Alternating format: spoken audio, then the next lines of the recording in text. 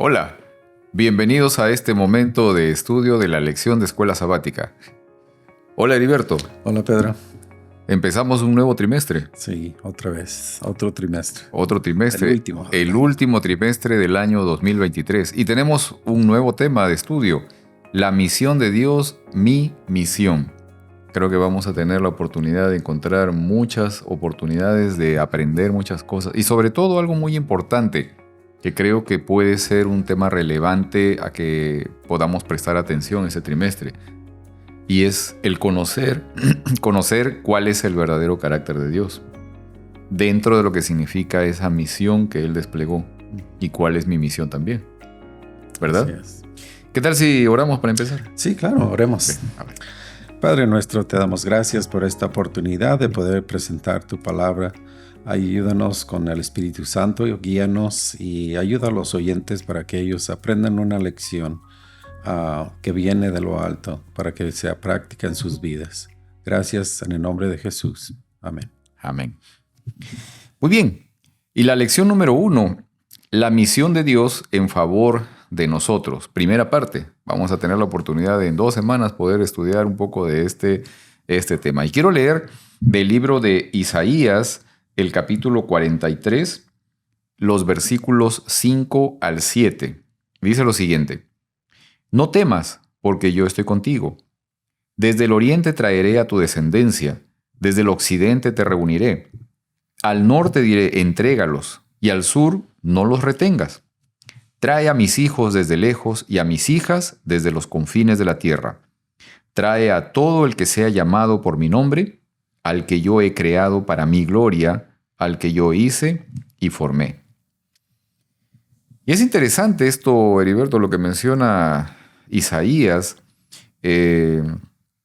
respecto a que en algún momento el Señor va a llamar a todos sus hijos de todas partes, de todo lado del mundo, los va a llamar a aquellos que justamente mantengan esa convicción o mantengan el nombre de Dios, y a aquellos a los que el Señor ha creado justamente, dice, para su gloria, porque el Señor nos creó justamente para ello. Y es interesante ahora que leemos este versículo de Isaías, que manifiesta que Dios creó al hombre justamente para su gloria, ¿no? Lo creó con propósitos muy, muy específicos que luego, poco más adelante, vamos a detallar. Pero en este versículo que leímos en este momento, quisiera tal vez que pudiéramos pensar un poco, ¿no? ¿Qué será o qué entendemos por la gloria de Dios, ¿no? ¿Qué es lo que quiere decir o lo que quiere manifestar Isaías justamente con este hecho de lo que significa la gloria de Dios, ¿no? ¿Te has puesto a pensar qué es eso, Heriberto? Sí, yo creo que ya hemos nosotros en otras lecciones pasadas hablado de la gloria de Dios. Ajá. Y esto nos debe de poner a pensar a nosotros en en la naturaleza de Dios. Uh-huh. Porque es un Dios que nos quiere salvar a todos. Okay. Y la pregunta que nosotros debemos de hacer, pero entonces, si Él nos quiere salvar, ¿quién es Él? Uh-huh. ¿Y cuál es su carácter? Y nosotros hemos aprendido a través de la palabra de Dios de que Dios es amor. Así es. Dios es bueno. Pero sabemos que su verdadera naturaleza ha sido cuestionada. Okay. Por el enemigo. Okay. Y eso pone entre nosotros una barrera que nosotros debemos de sobrepasar Uh-huh. para llegar a entender el verdadero carácter de Dios. Okay. Porque una vez que nosotros hemos hecho ese paso, nosotros vamos a ser claros y no va a haber ninguna duda de que Dios es amor, de que Dios se hace bueno desde el principio. Exacto. ¿Verdad? Creo que efectivamente, o sea, el tema cuando nosotros hablamos respecto de la gloria de Dios y tratamos de entender qué es la gloria de Dios, justamente la gloria de Dios es la manifestación de su carácter, ¿no? Es justamente eso. Ahora, como mencionabas un poco esta parte, ¿no? Justamente su carácter y su gobierno han sido cuestionados, ¿no? Fueron cuestionados. Y entonces, en esa medida, o sea, el amor de Dios o su carácter, que justamente ha sido cuestionado, nos permite justamente visualizar que en cada momento, en cada etapa de estudio de la palabra, nosotros debemos considerar el estudio de la palabra y el conocimiento de Dios dentro también de un contexto legal, ¿no? De un contexto de un proceso legal, ¿no? Ahora, cuando por ejemplo Juan manifiesta en Juan capítulo 1, versículo 14, que contemplamos la gloria de Dios a través de Jesucristo, lo que nos dice es que pudimos conocer justamente el carácter de Dios a través del Hijo. O sea, fue Él justamente el que nos trajo, el que nos manifestó, nos reveló el carácter justamente del Padre, ¿no? Y el propósito con el cual vino también Jesús, ¿no? El de poder salvar a su pueblo de sus pecados, ¿no?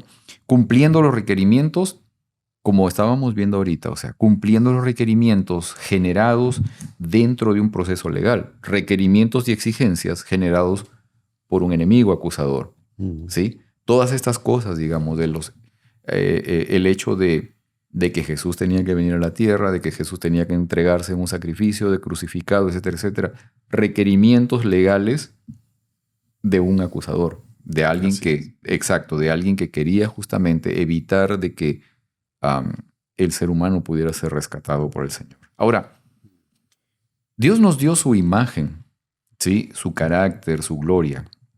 Es más, incluso cuando Adán fue creado, ¿no? El Señor, antes de crear al ser humano, se miró a sí mismo, ¿no? Y entonces proveyó a la creación, al ser creado, sus propias características, ¿no? Pero luego, o sea, cuando ya el ser humano cae en pecado, etcétera, etcétera, entendemos de que los descendientes de Adán ya no fueron, digamos, que no eran aquellos que tenían la imagen de Dios, sino que tenían la imagen de Adán. O sea, no eran justamente recipientes de la imagen de Dios, ¿no? Porque justamente el ser humano, a raíz del pecado, pierde justamente esa posibilidad de mantener la imagen de Dios, ¿no? Ahora, tal vez sería importante y me gustaría que pudiéramos, digamos, expresar a nuestros amigos el hecho de en qué realmente consiste el pecado, qué cosa es el pecado, ¿no? La palabra expresa una frase muy interesante y dice, no, el pecado es la transgresión de la ley, ¿no? Pero en general, digamos, oyendo un poco más allá, el pecado es mucho más que eso, ¿no? Y eso tal vez nos lleva a poder tratar de reconocer algunas cosas que son muy importantes, ¿no? Por ejemplo, ¿por qué razón es que el Señor creó al ser humano, ¿no? ¿Cuál fue el propósito para que el Señor creara al ser humano, ¿no? ¿Qué cosa lo movió, digamos? ¿Qué cosa lo llevó a formar a este ser? ¿Qué motivos tenía, ¿no? Para poderlo hacer, ¿no? Yo creo que para esto deberíamos entender que siendo que Dios es amor, Él es también un ser social. Okay. Pero debemos entender que también en el principio solo era Dios. Okay. No había nadie más. Y yo creo que esa no podemos decir necesidad, porque Dios lo podía tener todo, lo podía crear para su satisfacción. Okay. Pero Él quería a alguien con su naturaleza. Semejante a Él. Semejante a Él. Exacto. Y de ahí es donde nosotros venimos a ser, así es, por medio de Adán. Lo triste de todo esto es de que no era ese el plan. El plan era de que Adán llenara la tierra con la gloria de Dios. O sea, que Adán fuera creciendo más y más a la semejanza de Dios. Así es. Y la tierra iba a ser llena de la gloria de Dios. Así es. Pero tristemente vino el enemigo y el pecado entró en la tierra. Okay. Y de ahí en adelante ha sido una ah, un estrago para mantener el carácter de Dios. Ahora, Ah, Dios siempre ha tenido a su pueblo. Nunca se ha borrado ujú, totalmente ujú. los seguidores de Dios. Que, Siempre ha sido, yo creo que han bajado en número, pero siempre ha tenido un remanente. ok. Ahora, es interesante lo que estabas comentando ahorita, Heriberto, o sea, el hecho de que el propósito fundamental de Dios al crear al ser humano justamente es el propósito de tener una relación con un ser semejante a él, ¿no? Mm. Alguien que pudiera tener sus propias características. Y eso fue lo que el Señor nos entregó a nosotros, o sea, dándonos sus características también para poder justamente relacionarse con nosotros. Ahora, en esa parte hay algo interesante porque el pecado, digamos, entra a romper justamente lo que fue desde comienzo el propósito de Dios con nosotros, ¿no? Que es esta parte de relación. Ahora, ¿qué repercusiones tiene el pecado, digamos, en todo esto? O sea, ¿qué repercusiones tuvo el pecado en la vida o en la relación entre el ser humano y Dios, ¿no? Mm. ¿Cuáles son las consecuencias que generaron? ¿Qué cosa fue lo que al final desarrolló o se generó justamente a través o a raíz de la entrada del pecado? Y una separación, así como nosotros como padres tenemos hijos. Yo me pongo a pensar si algún día mi hijo se revela y se va de la casa. Aunque yo le demuestre amor, yo le llame, él por sí mismo tiene que darse cuenta de, del amor que yo tengo por él. Ok, Ah, yo como le puedo mostrar, yo le puedo decir, le puedo dar todo lo que yo tengo, pero en el caso de Dios, como nosotros como sus hijos también nos revelamos. Pero es tanto el amor de Dios que no solamente nos llamó, pero ahora su hijo se vino en la carne para representar al Padre. Y nosotros miramos ahora, no es una visión, no es un cuento que alguien nos dio, una historia, sino ahora lo podemos nosotros palpar, lo podemos sentir en la vida de Jesús, en la vida que nosotros podemos reconocer que Él vivió como ok, hijo de Dios. ok. Sí, definitivamente esto es un tema bastante interesante. Ahora fíjate, volviendo un poco a la pregunta, ¿no? ¿Qué repercusiones generó justamente la entrada del pecado al romper también esta relación? Ujú. Eh, Cuando nosotros nos ponemos a observar, o sea, la relación que había entre el ser humano y Dios, era una relación de plena confianza, ¿no? Ujú. De plena confianza. O sea, esa era la situación, ¿no? Una vez que entra el pecado, entra la desconfianza más bien, ¿ok? Entonces, eso es lo que principalmente el enemigo siembra en la mente de nuestros primeros padres, o sea, el tema este de la desconfianza. Entonces ellos empiezan a ver a Dios desde otra perspectiva, ¿no? Desde otra óptica, Ujú. ¿ok? Cambia completamente la imagen que tiene de Dios para ellos, ¿no? Y obviamente a raíz de eso también nosotros empezamos a recibir esa misma visión, esa misma imagen de Dios, una imagen distorsionada, Sí, ¿ok? pero lo que es interesante porque lo que existe hoy en día, las filosofías que existen, es de en que yo soy Dios, en Ajá, el que yo puedo ser todo, en exacto. que no necesito a Dios, También. porque yo, así como Dios creó a Jesús, yo soy lo mismo, igual que Él. Y o sea, ese engaño existe ya hoy en nuestros días. ¿Y cómo es que a tantas masas, grupos de gente engañan de esa manera? Así es, Y así es. eso es algo que nosotros debemos de tomar en cuenta con nuestros hijos, Claro, porque eso es lo que están buscando. claro, Muchas veces por buscar algo diferente, llegan al engaño. así Y es. el enemigo está listo para tomarlos. Obviamente, obviamente. Ahora, además, o sea, de forma paralela al hecho de que se rompió esa confianza, ¿no? Entre el ser humano y Dios, eh, obviamente también se empieza a generar desconfianza en la relación entre los seres humanos, ¿no? O sea, una posibilidad de relación, de armonía, se rompe justamente y empieza más bien a aparecer el egoísmo, el orgullo, el yo primero antes que los demás, ¿no? Eso fue revelado justamente en la manifestación esta de la conversación que tuvieron entre Dios, Adán y Eva, no, no, la mujer, no, la serpiente, no, esto, lo otro. O sea, Al final terminó Dios siempre. claro, obviamente, ¿no? Obviamente, ¿no? O sea, no, yo no, él, el otro, ¿no? O sea, esa situación nos deja ver justamente que al romperse la confianza que existía plenamente con Dios, también nosotros, entre nosotros, también empezamos a generar ese término de una vida de desconfianza, ¿no? De no armonía. O sea, esa situación justamente fueron consecuencias de la entrada del pecado. Ahora, hay algo interesante y es el hecho que Dios conoce el final desde el principio. Quiero leer lo que dice Isaías 46, versículos 9 y 10.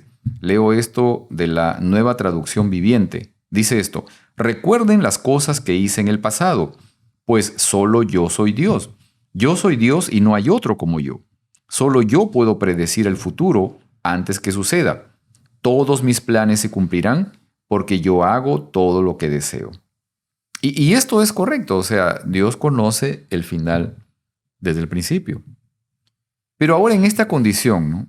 Sabiendo de que Dios conoce el final desde el principio, sabiendo además de que Dios tenía un plan de salvación estructurado, elaborado desde la eternidad, a pesar de ello, crea al ser humano. ¿No lo hace esto de cierta manera responsable a Dios de todas las atrocidades que generó el pecado? Interesante porque hay muchos misterios que nosotros vamos a conocer hasta que nosotros lleguemos al cielo. Yo creo que esto es algo de misterio porque sabemos que Dios conoce todas las cosas. Okay. Y si entonces Él conocía que íbamos a pecar, ¿para qué nos creó? Simplemente hubiera borrado todo y hubiese empezado de nuevo. Okay. Pero aquí es donde entra al ser semejante a Dios. Okay. Porque el ser semejante a Dios, Él tiene la opción, Él tiene el derecho de escoger y eso nos los dio también a nosotros. So, como seres humanos, como seres creados de Dios a su imagen, hay la posibilidad había la posibilidad de que nosotros cayéramos en pecado y caímos en pecado. Okay. Pero Él también sabía que había un plan de redención que nos podía salvar. Ahora, nosotros podemos ser salvos y estamos en la misma situación que Adán todavía. Okay. Porque ahora nosotros también conocemos que Dios nos está dando una opción para empezar otra vez de nuevo. Pero, sin embargo, venimos nosotros del mundo de afuera con unas tendencias al pecado. Okay. Y es donde nosotros estamos creciendo, aprendiendo, santificados, siendo santificados por Él. ¿Verdad? Ahora, tú estás mencionando algo interesante, importante también, Heriberto. O sea, y es el hecho de que el carácter de Dios es amor, ¿no? Ahora, para que realmente exista amor en una relación, tiene que haber completa libertad. Exacto. O sea, para que una persona pueda llegar a amar a otra, tiene que tener la libertad de no querer amarla también. Exacto. O sea, es una cuestión de decisión libre, ¿no? De otra manera no puede existir plenamente el amor. Ahora, esa condición es la que Dios nos dio también. O sea, esa capacidad de poder decidir libremente aceptarlo, pero también libremente rechazarlo, ¿no? Exacto. Y en esa posibilidad de rechazarlo, obviamente, existe la posibilidad de que, obviamente, el pecado sea el que al final tome control. O sea, el pecado considerado no como la falta de una ley, sino como el rompimiento de una relación, la pérdida de la confianza entre dos seres, entre Dios creador y la creación, ¿no? Y justamente es esta condición, ¿no? Esta situación la que al final, digamos, podría permitir o permite justamente el hecho de que al Dios ser un Dios de amor y de libertad, promueve una creación que tiene al final la libertad de decidir aceptarlo o rechazarlo a Él. Así es. Y eso va a continuar aún en el cielo, Pedro, porque ahora cuando nosotros alcancemos la eternidad y estemos ya que todo esto haya terminado Ajá. y estemos en el cielo. Ahora nosotros, dice que no va a haber más pecado. Ok. Pero la razón por qué no va a haber más pecado, porque nosotros sabemos las consecuencias. Hemos vivido las consecuencias del pecado. Y nunca más vamos a querer volver Ujú. a querer tratar, ni siquiera tocar el tema del pecado. Considerando el pecado como el rompimiento de esa Exacto. relación. ¿Ok? Eso es lo importante, ¿no? Ujú. De que podamos enfocarnos en ello. O sea, de que el pecado es justamente el rompimiento de esta relación Exacto. entre Dios creador y su creación. Ahora, teniendo en mente este asunto del propósito de Dios al crearnos, ¿no? De poder tener una relación estrecha con su creación, ¿cuál crees entonces que es la misión de Dios en favor nuestro, ¿no? ¿Cuál crees entonces que es la misión que Dios desarrolla, que Dios promueve, que Dios genera, ¿no? En favor de nosotros? ¿Cuál es esa misión que realmente Él, digamos, ha mostrado y ha desarrollado al venir a esta tierra? Es para restaurar la imagen de nuestras vidas. Ajá. Para que nosotros una vez más reconozcamos que Él es Dios, ¿Qué? que no hay nadie más fuera de Él, que hay un enemigo que ha transversado todo Así es. lo que Él es. Ok. Y de esa forma nosotros vamos a ir acercándonos y vamos a reflejar más y más la gloria de Él en nuestras vidas. Así es. Fíjate, es muy interesante que justamente esta misión de Dios se enfoca principalmente en el hecho de buscar restablecer nuevamente esa relación, ¿no? Reconectar nuevamente el cielo con la tierra, o sea, restablecer ese vínculo entre Dios y los seres humanos. Así es. Ok, quiero leer algo más en el libro de Juan, el capítulo 1, el versículo 14, y en esta parte vamos a tener la oportunidad de tocar un tema que me parece muy importante, muy interesante, que es el tema de la encarnación.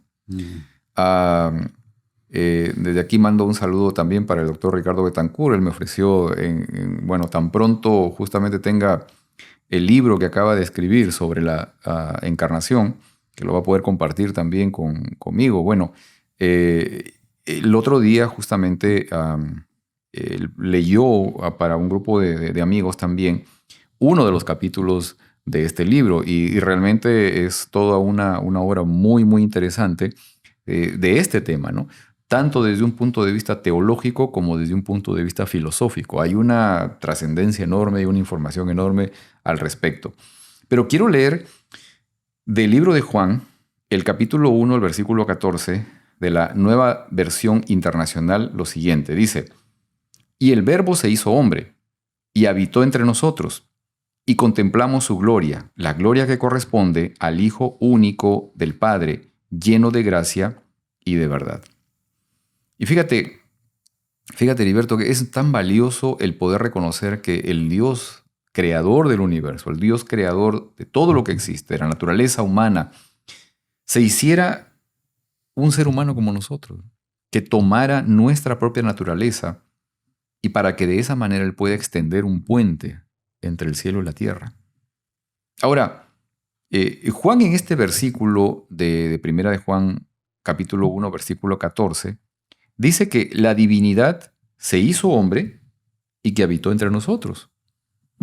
¿Qué significa para ti este hecho, ¿no? El hecho de que Dios, al hacerse hombre, habitó entre nosotros, ¿no? ¿Cuál crees que era entonces el objetivo de Dios al habitar entre nosotros? Yo creo que ya lo tocamos un poquito antes, es del restaurar la gloria de Dios Okay. en la vida del Hijo.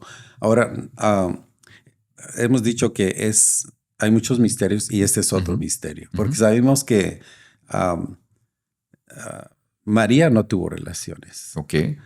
Nació del Espíritu Santo. Jesús. Así es. Así es que él tenía la naturaleza del Padre, no de José, Padre terrenal. Ajá. Ahora, el enemigo trata de transversar esto también, diciendo que Jesús tuvo la naturaleza de María y por lo tanto él también era pecador. Claro. Pero no fue así. Es un misterio. Sabemos que el Padre, de alguna forma, él siendo Dios, puso todo lo necesario en María para que de esa manera viviera Jesús, naciera como hijo de Dios. Así es. Y su propósito de él nacer de esa forma es representar al Padre. Así es. Mostrarlo, reflejar, ¿no?, al Padre. Así, exactamente. Darlo a conocer. Darlo a conocer, darlo el carácter. conocer, sí, así es, así es. Mostrarlo definitivamente. Ahora fíjate, en la palabra en griego usada para el verbo habitar, utiliza la palabra esquino, que significa poner su carpa, su tienda, ¿no?, o su campamento, para ocuparlo como si fuera una mansión, un lugar especial, ¿no?, donde pudiera residir, donde pudiera habitar, así como lo hizo Dios en el tabernáculo en la antigüedad, ¿no? Un símbolo completo de protección y comunión.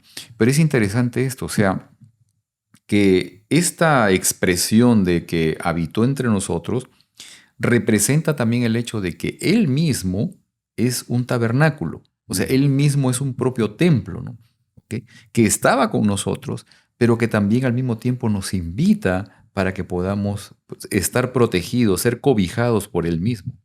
Es interesante esto. Ahora, sabiendo esto, ¿no?, que Dios, al hacerse ser humano, Él mismo también se hizo un tabernáculo, símbolo de protección y comunión, ¿qué mensaje nos entrega esto con respecto a su misión, ¿no? O sea, ¿de qué manera nos invita a que nosotros consideremos también nuestra misión, ¿no? O sea, ¿cómo consideramos nuestra misión al conocer justamente esta acción de Dios por nosotros, ¿no? Bueno, nuestro trabajo principal es, otra vez, nosotros, al ser transformado por la gracia de Dios, el haber vivido de una manera no de acuerdo a los conceptos de Dios que Él quiere en nosotros, en nuestra vida, ahora quiere restaurar. Como dicen, debemos nacer de nuevo. Okay. Y ese nacimiento de nuevo ahora viene del Espíritu. Amén. Ahora las cosas espirituales son las que nos atraen, los que nos deben de atraer, los que debemos de practicar, así como Jesús lo hacía cuando estaba aquí en la tierra. Así es. Ahora, Dios nos ha dejado mucho trabajo para nosotros, ya una vez que hemos aprendido de Él y hemos nacido de nuevo. Sabemos que es un camino largo que debemos seguir. Es un caminar continuo con Él. No, o sea, es un proceso, no un evento. Exacto, mantener nuestra relación con Él, ¿no? Que en realidad esa sí es una decisión personal, o sea, eso es una decisión personal de buscarle cada día, ¿no? Ahora fíjate, Heriberto, por último, ¿no?, ¿cómo deberíamos considerar nuestra misión de compartir el Evangelio, ¿no? O sea, ¿de qué manera se debería desarrollar la obra misionera por los demás, ¿no? ¿Te has puesto a pensar en esto? Sí, sí. Y eso ha sido un peso en mí siempre, porque nosotros sabemos que estamos en los últimos tiempos. Okay. O sea, nosotros debemos de hablar del amor de Dios, de predicar del amor de Dios, pero a la misma vez también debemos de tener un balance y poder predicar en los tiempos en que vivimos. Okay. Lo peligroso que son los tiempos en los que estamos viviendo. Okay. Okay. Y compartir lo que nosotros conocemos del Evangelio con nuestros amigos y hermanos. Ok. Pienso que definitivamente tenemos una gran tarea que cumplir. Ahora, pienso que tal vez lo más importante, más que tal vez desarrollar estrategias que definitivamente son importantes, o planes, o no sé, formas tradicionales de poder compartir el Evangelio, pienso que es muy necesario que nosotros podamos primero, en primer lugar, contemplar a Cristo, ¿no? O sea, contemplarlo a Él, conocerlo a Él, ¿no? Sí, exacto. O sea, llenarnos de su presencia, ¿no? Después de eso, Él ya nos ha dicho que es lo que hay una verdad presente que debemos nosotros estar predicando. Ajá. Nosotros tenemos mucha luz que predicar. Tenemos el mensaje de los 3 ángeles que están contrarrestando al enemigo en estos mismos tiempos para poder predicar la verdad. Y nos dice, salid de ella, de Babilonia. ¿Qué es la verdad? Que Perdón. ¿Qué es la verdad? Y que, pues sí, predicar la verdad. Ok. ¿Y quién es la verdad, no? Jesús es Jesús de la verdad, exacto, exacto. Pienso que eso es lo fundamental, ¿no? O sea, conocerle a Él, conocer de su amor y manifestarlo a través de nuestra vida, ¿no? O sea, es muy importante definitivamente en algún momento, o sea, poder expresar también los conocimientos bíblicos, los fundamentos bíblicos, tal vez en cierta medida las doctrinas bíblicas son muy importantes, pero creo que la parte central, fundamental y a la cual apunta justamente este sentido de lo que es el Evangelio eterno es justamente la manifestación del verdadero carácter de Dios, ¿no? Ujú. O sea, conocerlo a Él, llenarme de Él, ¿no? Llenarme de su amor en primer lugar, creo que es la parte más importante, ¿no? A la cual todos deberíamos apuntar, a la cual debería ser nuestra mayor aspiración, ¿no? Una vez que yo pueda estar lleno de la presencia de Dios, entonces recién en ese momento voy a ser capaz de poderlo reflejar a otros, ¿no? De poderlo manifestar a otros. Y otras personas van a conocer a Dios a través de esa manifestación, ¿no? A través Así es. justamente de esa revelación. Así es. Muy bien, muy bien. Esperamos de que este momento de estudio haya sido de mucho valor para cada uno de ustedes, que haya sido de mucho interés también y que les pueda servir también para su vida diaria. ¿Qué tal si oramos para terminar? Oremos, sí, Ok, claro. muy bien, vamos a orar. Amoroso Padre que estás en los cielos, Señor, gracias te damos por esta oportunidad en la cual podemos encontrar el conocerte a ti, Señor, y saber que como un Dios de amor, tú quieres que nosotros nos podamos llenar de tu presencia, llenar de tu carácter. Al conocerte, Señor, al poderte contemplar, tú deseas poder habitar en nosotros también. Y que a través de ese conocimiento y de esa experiencia y de esa plenitud que recibimos de ti, también poder manifestarte, Señor, darte a conocer a otras personas y que ellos también al mismo tiempo puedan llegar a conocerte a ti, Señor. Permítenos que ese deseo pueda hacerse realidad cada día en nuestra vida, para bendición nuestra, pero sobre todo para bendición de muchas personas que encontrarán la oportunidad de la salvación en ti. Te rogamos esto en el nombre de Jesús. Amén. Amén. Muy bien. Y nos vemos la próxima semana, Heriberto. Así es. Muy bien. Nos vemos la próxima semana, amigos. Bendiciones.